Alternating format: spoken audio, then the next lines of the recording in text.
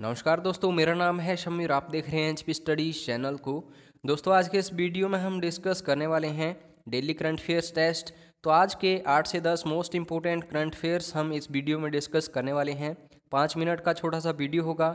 Live current affairs test अच्छे से नहीं कर पाया क्योंकि नेटवर्क प्रॉब्लम आ रही थी।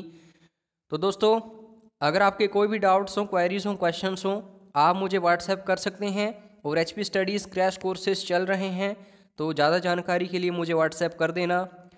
सबसे पहला आज का करंट अफेयर है, भारत रत्न 2019 से किसे सम्मानित नहीं किया जाएगा। दोस्तों, आज का और आने वाले कुछ एक एग्ज़ाम्स का ये सबसे महत्वपूर्ण प्रश्न है। आपको पता ही है, भारत रत्न सर्वोच्च सम्मान है भारत में किसी भी नागरिक के लिए या फिर किसी भी व्यक्ति के लिए। तो इस साल यानी कि 2019 3 व्यक्तियों को ये जो है सम्मान दिया जा रहा है। 2 व्यक्ति जो हैं उन्हें मरणोपरांत यानी कि पोस्थुमसली दिया जा रहा है, और 1 व्यक्ति हैं जो कि राष्ट्रपति भी रह चुके हैं इस देश के। तो आइए डिस्कस करते हैं आंसर को। तो बलवंत मोरेश्वर पुरांदरे, इनको नहीं मिला है भारत रत्न। नानाजी देशमुख, जो कि राष्ट्रीय स्वयंसेवक संघ के अध्यक्ष या फिर फाउंडर रह चुके हैं, इनकी मृत्यु हो चुकी है।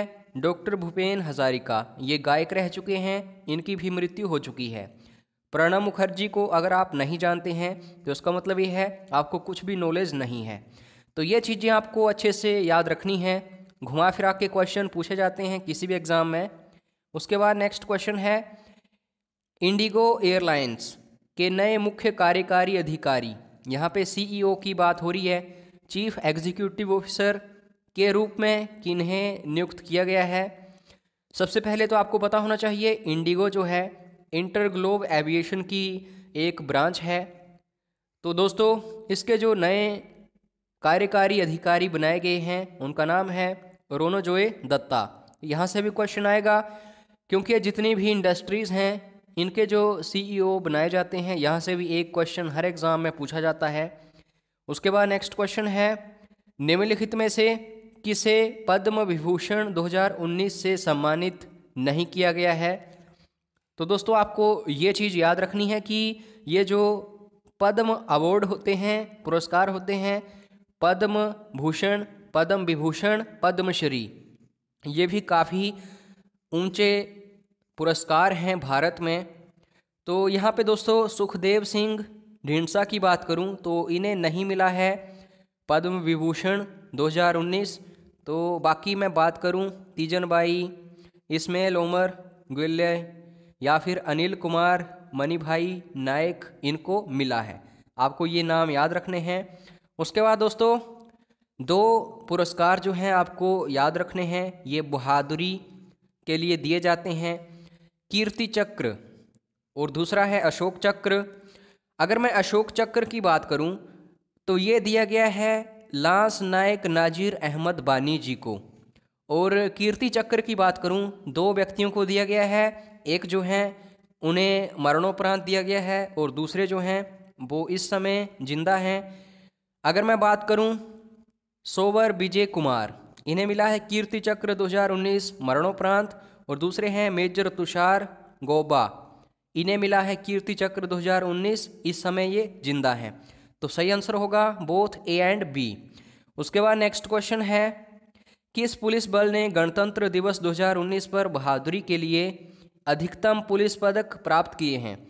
तो दोस्तों, अगर मैं बात करूं सीआरपीएफ की, इसकी फुल फॉर्म है सेंट्रल रिजर्व पुलिस फोर्स। तो इन्होंने 44 पदक जो हैं सबसे ज़्यादा प्राप्त किए हैं गणतंत्र दिवस 2019 में बहादुरी के लिए। तो ये आपको याद रखना है। अगर क्वेश्चन आएगा एग्ज़ाम में कि इसके चीफ कौन हैं, तो राजीव राय भटनागर आपको याद रखना है। यहाँ से भी क्वेश्चन पूछे जा चुके हैं। उसके बाद नेक्स्ट क्वेश्चन, भारत और दक्षिण अफ्रीका।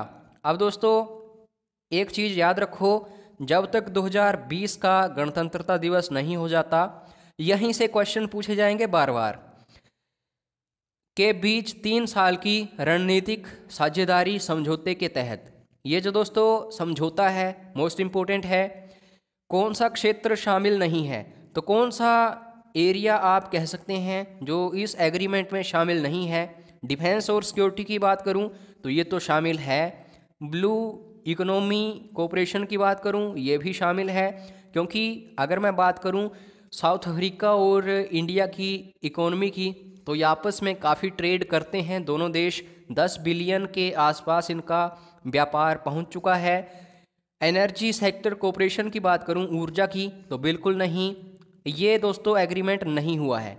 एग्रीकल्चर काफ़ी इंपॉर्टेंट है साउथ अफ्रीका और इंडिया का, तो ये चीज़ें आपको याद रखनी है और आपको कमेंट करके बताना है 2019 गणतंत्रता दिवस का जो आप कह सकते हैं मुख्य अतिथि थे, उनका नाम बताना है आपको कमेंट करके। देखता हूँ कितने सही आंसर आते हैं। उसके बाद दोस्तों मलेशिया एक ऐसा देश है जहाँ आज भी किंग जो हैं, राजा जो हैं, उन्हें नामित किया जाता है। तो आपको बताना है मलेशिया के नए राजा के रूप में किसे नामित किया गया है। मोस्ट इंपोर्टेंट करंट अफेयर्स है। और आपको बता दूं ये 16वें राजा बनने वाले हैं, किंग बनने वाले हैं मलेशिया के। तो सही आंसर होगा सुल्तान अब्दुल्ला सुल्तान अहमद शाह। लंबा नाम है, याद रखो, आप एग्ज़ाम में पजल हो सकते हैं।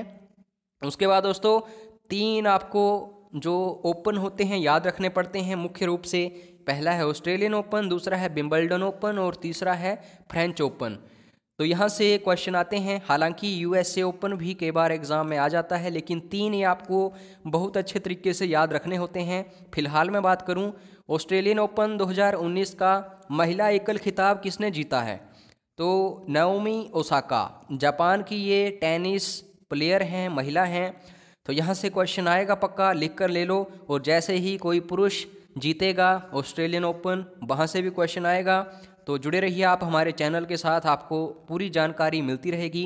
राष्ट्रीय मतदाता दिवस भारत में हर साल किस तारीख को मनाया जाता है? सबसे सिंपल क्वेश्चन है आज के इस वीडियो का, 25 जनवरी सही होगा। और अगर आप हिमाचल से हैं तो स्टेटहुड डे, ये भी आपको याद रखना है, यहाँ से भी क्वेश्चन आते हैं। तो फिलहाल दोस्तों ये था आज का लास्ट करंट अफेयर। कमेंट करके बताइए ये वीडियो कैसा लगा। क्या आपको लाइव सेशन चाहिए डेली या करंट अफेयर से रिलेटेड वीडियो चाहिए? कमेंट करके ज़रूर बताइएगा। और ये है मेरा व्हाट्सएप नंबर, जो भी आपके डाउट्स हैं, इंपॉर्टेंट क्वेश्चंस हैं, क्वेरीज़ हैं, मुझे यहाँ पे आप मैसेज कर सकते हैं। और आपको बता दूँ क्रैश कोर्सेज चल रहे हैं हिमाचल के सभी एग्ज़ाम्स के लिए। अभी तक आपने नहीं ज्वाइन किया है तो ज़रूर करिए, ये पेड कोर्सेज होंगे। ज़्यादा जानकारी के लिए मुझे मैसेज कर देना। तो फिलहाल दोस्तों वीडियो देखने के लिए धन्यवाद। जय हिंद, जय हिमाचल।